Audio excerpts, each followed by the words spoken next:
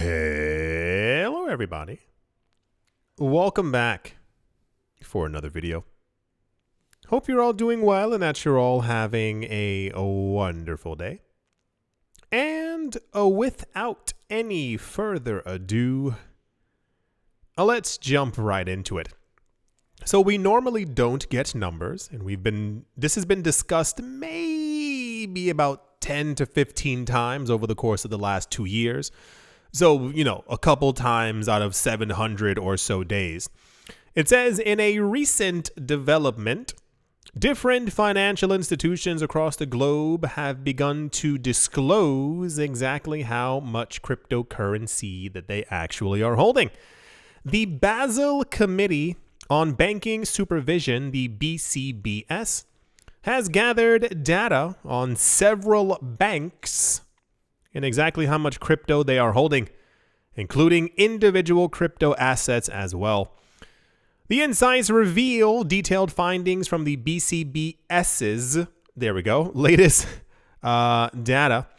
Meanwhile, it is worth noting that the Basel Committee on Banking Supervision found that apparently only 19 banks gave data and were available to actually give their findings. That is to say, as far as we know, they maybe asked a multitude of banks, and at the moment, only 19 of them actually came forward and gave any type of information. So it could be that there are more, or it simply could be that they were also asking private banks who were like, I don't have to tell you anything. 10 of the 19 finance firms were in North America. 7 were European banks, and 2 of the remaining were from other unspecified regions. Were they from another planet? Why can you not say where they were? Okay. According to the estimations from the report, crypto exposure from the 19 banks who responded came out to $10.27 billion worth of cryptocurrencies. There's also a list right here. So I found the actual thing, we were just talking about. I believe on the 3rd page is where the information is. I know the text is very small, especially if you're looking at on a phone or a tablet. It says crypto exposure remains relatively small and unevenly distributed across banks.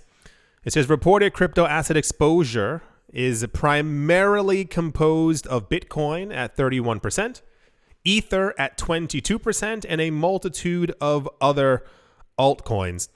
Together, they make up around 90% of reported exposure, which is in graph 3, is a lot of really weird numbers, 0.05 to 10. Oh, this is in billions. Okay, make a little more sense now.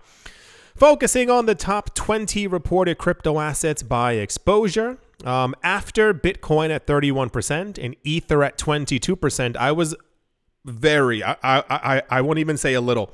I was very surprised by the other allocations. There's 2% apparently in Polkadot. Okay. XRP makes up 2%. Cardano makes up 1%. Solana makes up 1%. Litecoin makes up 0.4%. And Stellar Lumens also makes up 0.4%. So here's what I think happened, or I'm trying to conceptualize exactly what could have been. So we heard a number of years ago, and I mean like back in 2018, 2019, that apparently banks were already buying up cryptocurrency assets. The coins on this list are neat, and the term legacy doesn't really fit here. Many of these coins are like older coins that it seems like a lot of these banks would have had exposure to in like 2017, 2018, maybe 2019. XRP, I'm going to air quote here, makes sense as it's been a top coin. It has banking relationship stuff floating around it. Polkadot makes 0 sense, absolutely in no way, shape, or form, especially when there are other coins and chains that would have, I would have said Polygon over Polkadot.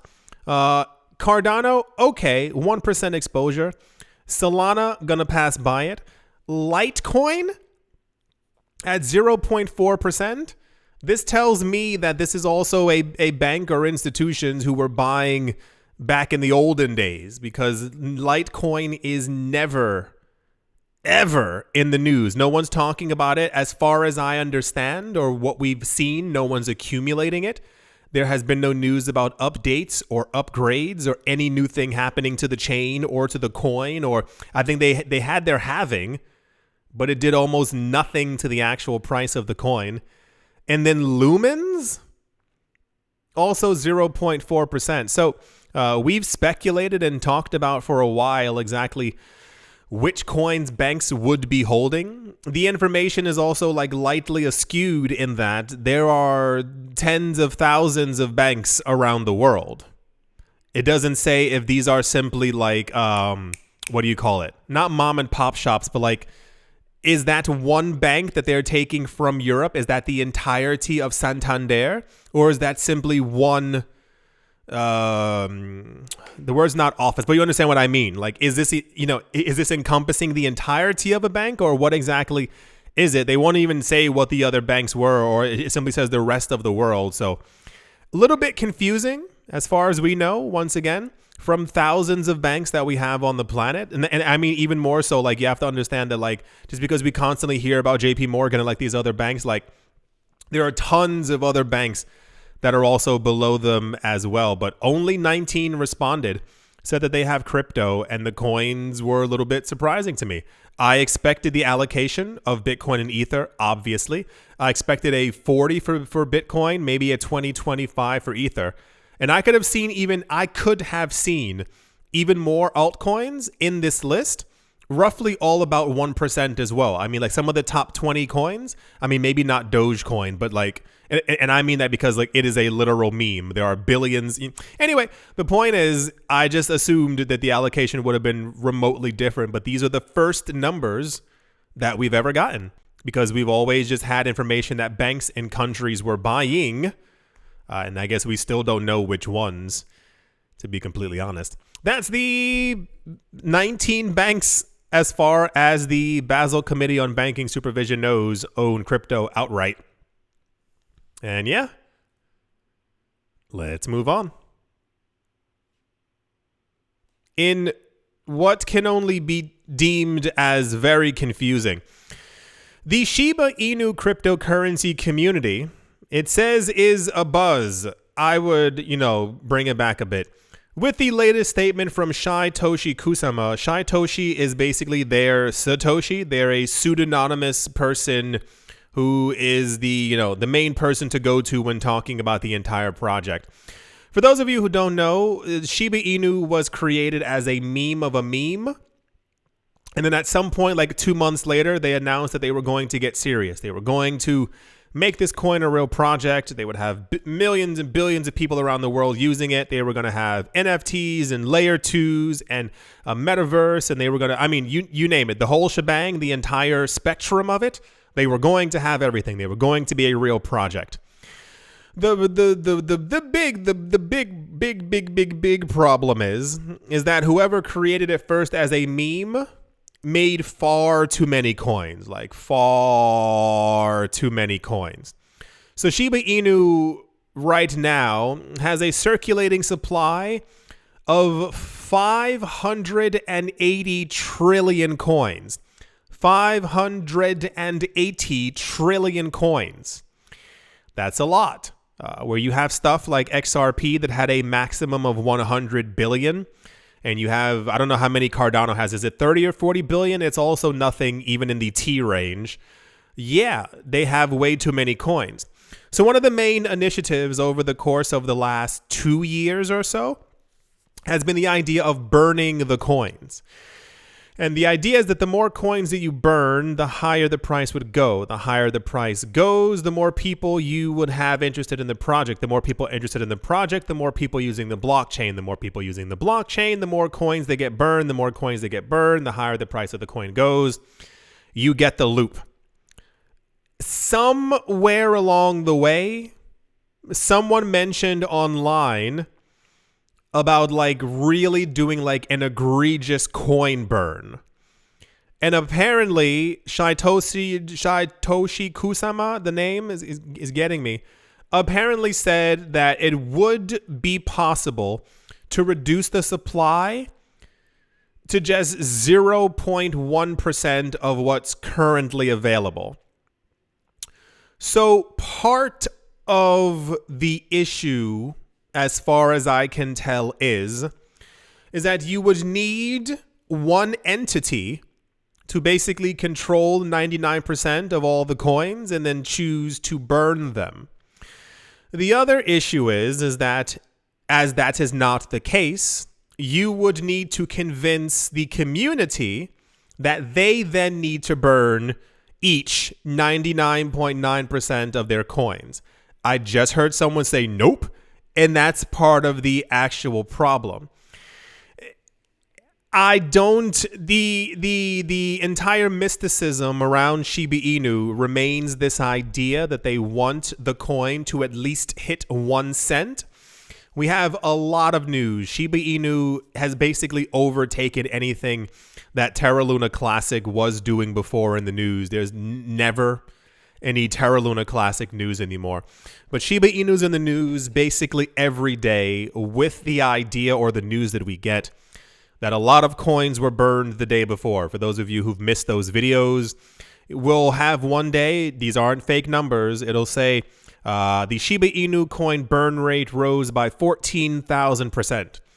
24 hours later, we have news, the burn rate rose by 334,000%. And I sit there and I'm like, okay. So certain days we get news that they've burned tens of 30s of billions of coins, and it's like, okay, you're on your way, but you then have to scratch the surface of getting to an entire trillion.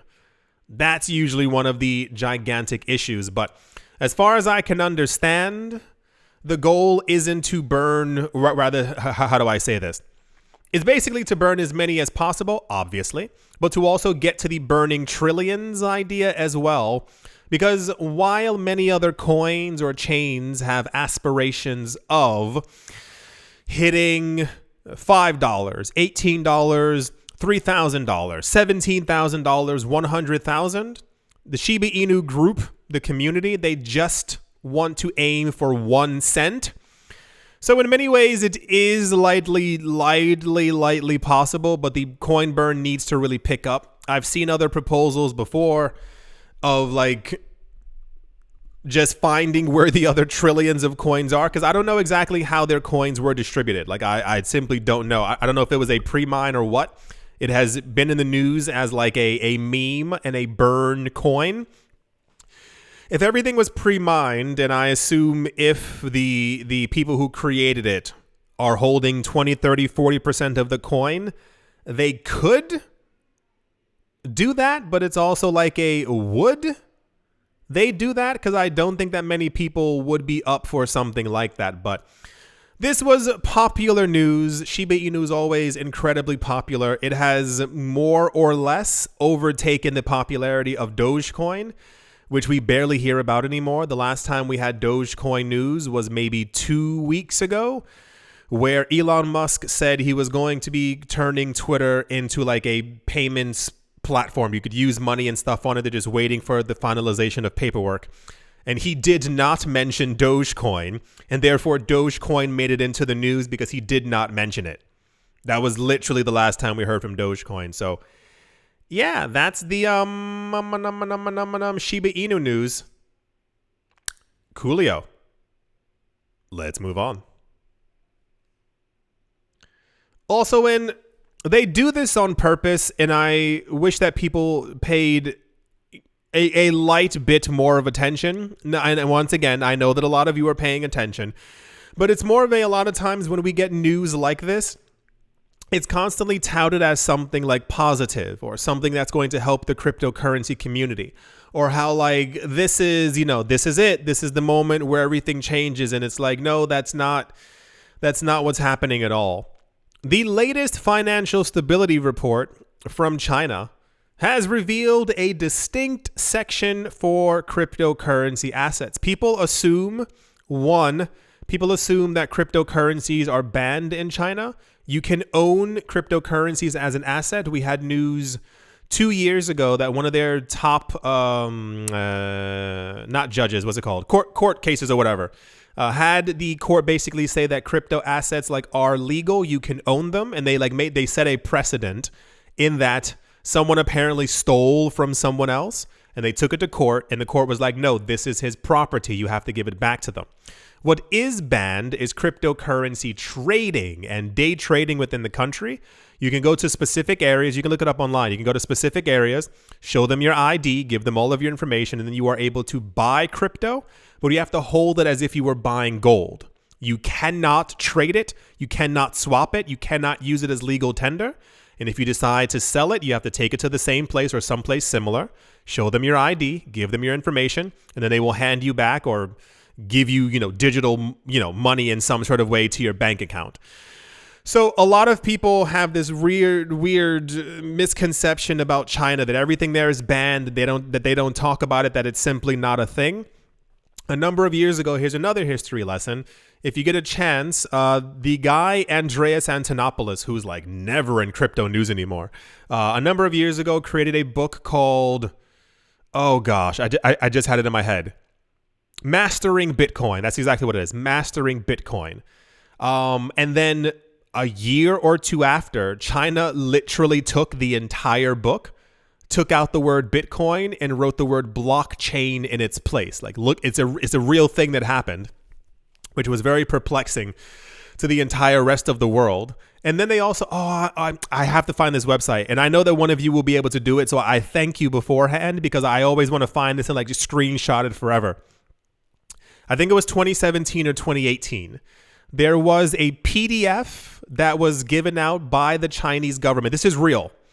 Given out by the Chinese government that was basically sent to everyone, or people had it on their emails. And there was also a TV show, or like a how like, at least when I was younger, before, I wasn't rich enough to even have cable or a satellite. Remember how like we only had like 5 or 6 channels and like they were run like by the government, like that kind of thing. You had like, the ABCs, the NBCs, like those kind of things.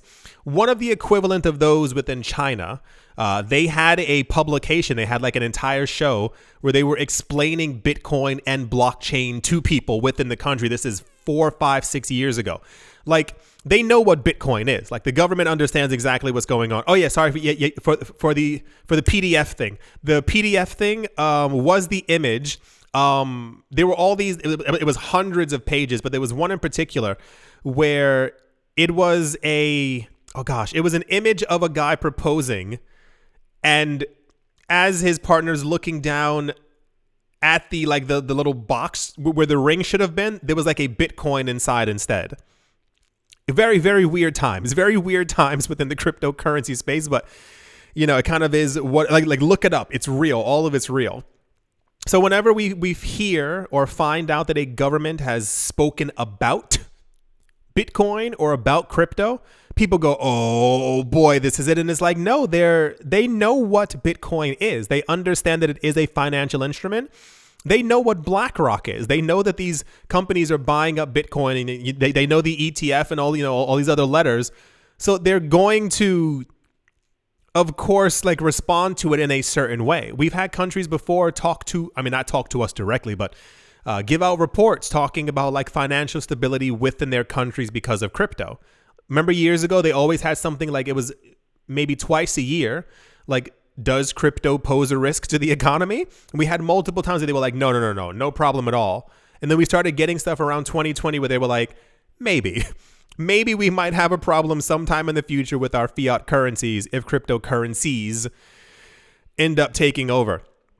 According to the report that was released at the end of December, the strategic inclusion of this section aims to bridge data gaps, alleviate fragmentation, and eradicate regulatory arbitrage while addressing the role of the Financial Stability Board, or the FSB, in a comprehensive paragraph focusing on the regulation of cryptocurrency assets. The report revealed, and I did not know this, the report revealed that the cryptocurrency market constitutes 1% of the global financial system. I don't know if that number is true, and I looked around for it, and I saw varying degrees of numbers, and I saw 0.5%, 0.25, and things like that. The idea of crypto being around for 14 years, all of crypto, and I mean like the crypto that we know now, has only been around for about 4, maybe 5 years, like a good strong 4 or 5 years, crypto as we know it now, to be 1% of the global financial system is a little insane, because that means with the acceleration of the amount of people getting into the market, ETFs, all these other derivatives tied to crypto, that means at some point we are going in the very near future, we will constitute anywhere between 3 to 4% of the entire global financial system. That's not that far off from 10%, especially as we integrate into more and more things. 1% is, and I know it sounds like nothing compared to the rest of the world, but that's a huge portion of money flowing through the entire planet. Emphasizing its relatively confined association with traditional finance, while highlighting several potential risks associated with cryptocurrency regulatory arbitrage, citing concerns about susceptibility, which is nonsense, to hacker attacks, market manipulation, and DeFi governance mechanisms. Working backwards, the idea of DeFi, or being able to do things by yourself, first of all, most DeFi stuff right now is garbage. We've gone over that before. A lot of this stuff is not actually decentralized, and I hate that people call it DeFi. But the idea of a working DeFi system, it means basically you would not need a bank, you would also not really need essentially a governing body in a country, because you would be able to kind of do it yourself, or it would govern itself decentralizationally. Not a word, but you got it. Market manipulation is still the entire idea of being back in 2016, 2017, when they had nothing better to say, because every world market is manipulated, and most world markets are also manipulated by the people who tell us that there is manipulation. It's usually the people who like run the government, who are manipulating prices, who also set the interest rates to move markets around a certain way so that it can be manipulated to benefit the country. It's just, you can't simply say that it's only crypto, which is complete nonsense. And the idea of like attacks and stuff like that also comes from this idea, well, crypto's really dangerous. So, that's the area where everything really scary is happening. And it's like, no, the rest of the world is also kind of still terrifying as well. Here's the actual report right here. This is the only part, as far as I can tell, that's in English. It is 120 pages. And at that point, all I can read is 2023, and everything else completely just falls apart. So, yeah. Sure, cool. Why not? This happens all the time. I do think that a lot of people who are new to the space have heard the misconception that everything is banned in China. You can't do anything in China, which is wrong. And then I think you also have a lot of people, my opinion, who are like writing these articles who also don't know the history of the space. It's sure, I get it. Not everyone is making a daily video about the inner happenings of the cryptocurrency world. But a lot of times I sit there and I'm like, okay, all countries do this all the time. Like this, it happens quite frequently for the United States, for England, China, and there was another country who was like really keen on constantly making, things about like the cryptocurrency space and what it could potentially mean to the future of finance and all that other stuff. That's the People's Bank of China talking about crypto news. And yeah, let's move on. Also that's terrible. It says TCMB. I believe that is the Turkish central bank. For those of you who don't know, also in like ridiculous news, they actually raised their interest rates, while other countries have been freezing their interest rates, and or the expectation is that in 2024 we will see multiple interest rate cuts within the United States. We had that news, mid-December or something like that, where the guy from the Fed basically kind of hinted. He said they're looking at, I believe, 3 or 4 rate cuts of around 0.25% to slowly lower interest rates, but the expectation is that if or when that does happen, markets are going to completely lose it and begin to pump really high once again, which would also then affect inflation. So we would see exactly what ends up happening. So while all that is happening around the world and other people are freezing their interest rates, the Central Bank of Turkey actually raised their interest rates by 2.5%. And their current interest rate is currently 42.5%. And this is what happened at their last meeting. The decision was taken after 6 separate interest rate hikes of 6.5% in June, 2.5% in July, 7 point. It's not funny, but like it's so nonsensical. For those of you who haven't, listen, if you haven't, I get it. For those of you who haven't kept up with interest rate hikes and monetary policies around different parts of the world, like I said, if you haven't, I got it. Turkey allegedly in the news. Apparently, from what I've read in the news and behind the scenes, is that many economic professors and analysts have allegedly been coming forward and trying to tell the president, I think, of Turkey what maybe should be done to like make the economy a lot healthier. And apparently, from what I've read in the news, is that he's doing the exact opposite, like over and over and over and over. If you get a chance, watch a documentary on the current state of fiat currency in Turkey and how it's basically become like a haven for anyone not holding that currency. That's not even a joke as well. I mentioned to you before in summertime. It's not a documentary, but it's like one of those like little like news snippets where they were showing people from Dubai. And they were standing online at a Louis Vuitton, and they were asking these women, where are you from? And I mean, the smile was as wide as the room. And they were like, I'm from Dubai. And they were like, what are you doing here? Well, the currency collapsed and bags here are basically cost nothing. And they were like going on like the craziest shopping spree that you've ever seen in your entire life. So that's basically what's been going on there. And they rose by another 5% in September, October, and November. In addition to the total interest rate increase of 31.5 points percent, the latest decision brings the 6-month increase to 34% as well. That has been added, so 42%. Yeah, remember a lot of times I always say like we forget how. This is the word, how privileged we are. Like we live in a situation where the interest rate might be 4, 5, 6%. Can you imagine if our interest rate was 42.5%? You want to talk about like the economy, like literally spiraling downwards. So it's just more something to like keep in mind. A lot of the economic news that we've been getting quite recently is all this, and I've seen one side of people talking about, you know, recession, depression, things are going to fall apart again, and all that other stuff. But then you sit there and you realize that like there are a number of places on the planet who economically like it's bad. Like it is worse than you could actually even possibly begin to imagine. Can you imagine on your student loans, on your mortgage, on all these different things, if you had a 42% interest rate? It's really intense. Yes, I know. It's completely insane to think about.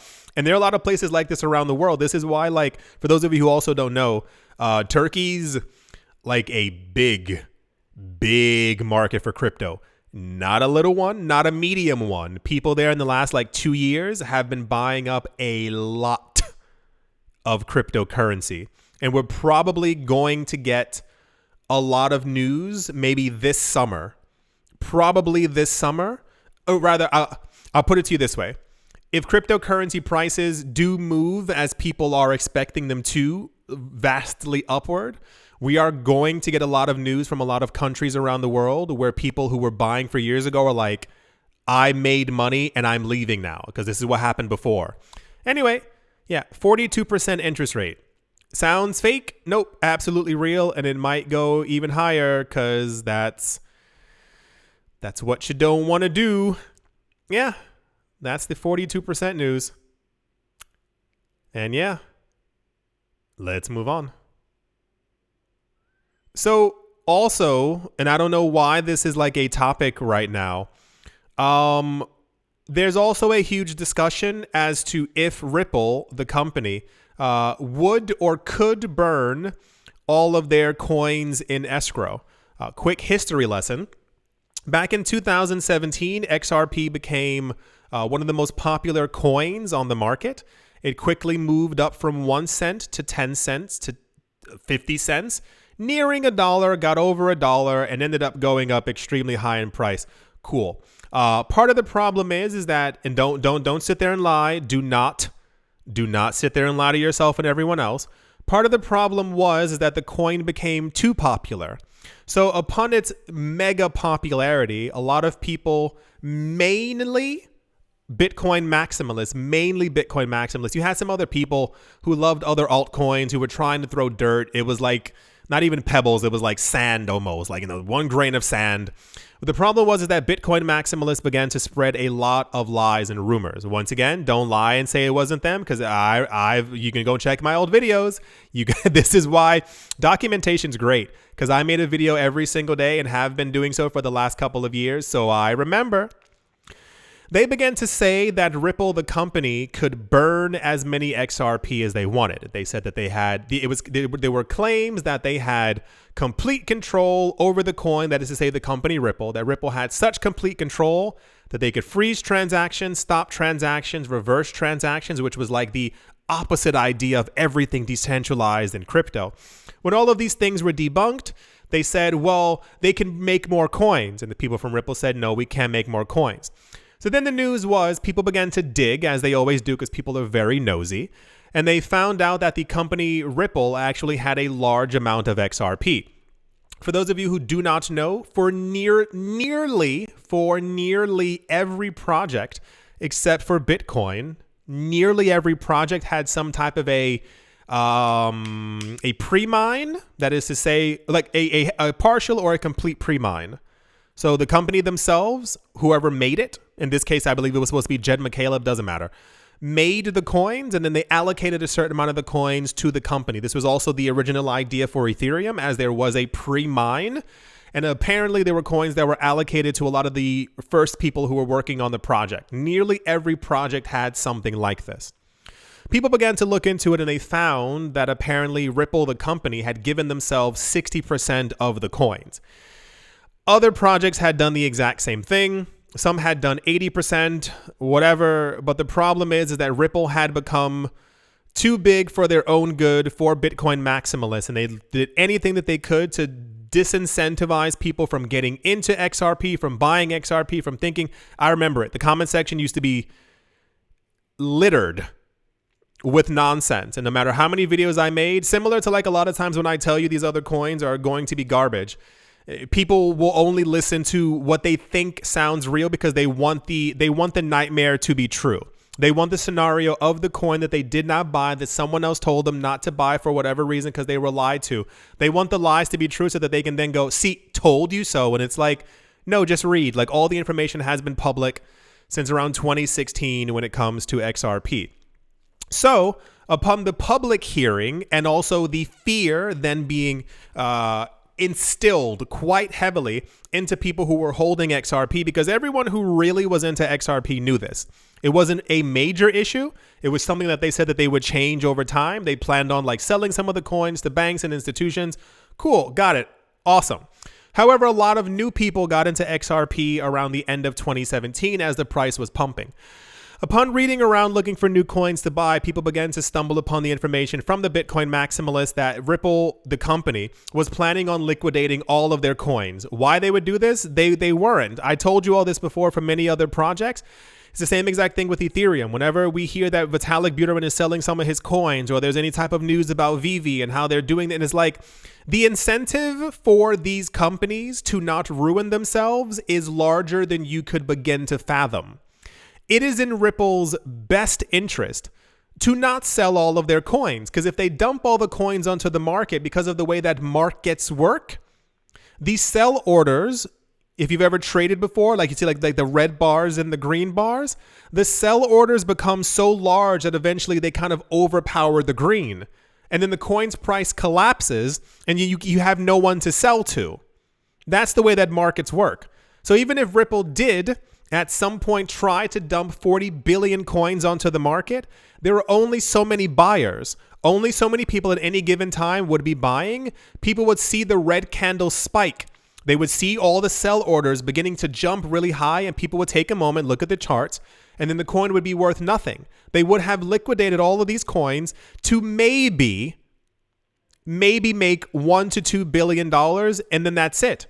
The incentive for them to continue on and to be honest and do what they need to do so that they can make $5 to $10 billion per year as a normal company for the next 100 plus years is quite high.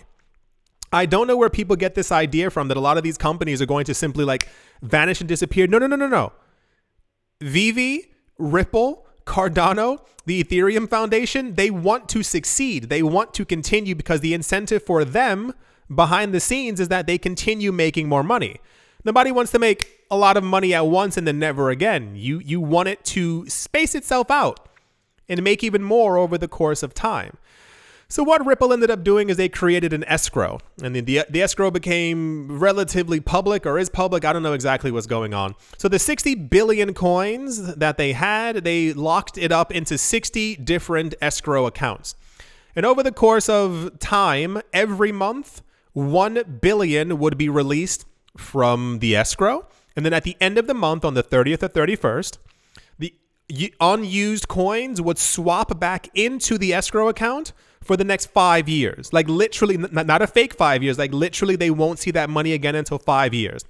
Whenever the money does come out of the escrow, they use it for company expenses as far as we understand it. They have to go somewhere, if there are events that they have to set up for because they have their own yearly event with Swell, or they actually sell it to banks and institutions. And we've had that before because over the course of the summer of 2023, there was a lot of news that Ripple's, and I remember seeing it, and it was like, it was touted as negative news. Why is Ripple selling? Ripple's selling way too much because people were once again trying to get other people to be afraid that Ripple is selling. What they were doing, and they told us publicly immediately during and afterwards, hey, we were selling our coins to a bank. There was an institution who wanted to buy a lot of coins. Out of the billion that we unlocked, we have 750 million that's going back into the escrow. They've been, compliant in talking to us this entire time. For some reason, someone came up with the idea as to if Ripple, the company, would or could completely burn the entirety of the coins that they actually have in escrow. And it's just like, you burn your coins. What was that project? Remember, it was Cardano. This is one of the very few things that I've ever agreed with Charles Hoskinson on. People became really annoyed in the summer of 2023 because Cardano's price wasn't moving. The problem is none of the market was moving. I had to say that multiple times. I was like, you realize every coin is going down, right? Part of the issue is that people were like, we should burn some Cardano to make the price rise. And Charles Hoskinson, as he does, he went out and made a video and was like, you burn your coins. The idea is that people want the creators or the CEOs or whatever to burn their own coins in an effort to make everyone else rich. Well, if you're really into burning, coins getting burned, seeing the price rise, you can do it for everyone else. Get you and a whole bunch of your friends to burn all of your coins and make a YouTube video about it. Tell everyone exactly how much you burned and, see exactly how much the price has gone up. People have very little patience. It's just, I want everything right now. And I get it. I totally get it. I had this conversation with a friend where we were discussing time and also getting older. And I understand as, of course, time goes on and we all get older, we want the things that we want quicker because we want to make sure that we can access these things while we are here. I get it. But when it comes to actual long-term growth and finance, you cannot have these things over the course of a day because the entire market would break. It does not make any sense. This is why a lot of times whenever we've had news before about institutions who are getting into crypto, when we had retirement accounts who were talking about getting into Bitcoin, when we hear that BlackRock and institutions and ETFs and all these other letters are getting into the space as well, they talk about longevity. They always talk about, well, we see crypto in a few decades from now being X, Y, and Z. It's never like, well, maybe until September, I don't know. And I know it's difficult to kind of get into the mindset, but a lot of wealthy people, it takes you have to reshape your brain. You have to get into the idea of accumulation now for much later. And I know it's not like the nicest, coolest, or a most amazing thing to be like, I'm making money now so that I can have money 5 years from now, because once again, we all want it now. But the same exact thing applies to the cryptocurrency space, where so many people are just getting into it for very quick, fast money. And there are going to be so many people. There are going to be so many people who are going to be so disappointed during this bull run because these people left the market. There's so many people who left the market over the course of the last 2 years, and they're only going to get back into it when prices really begin to pump.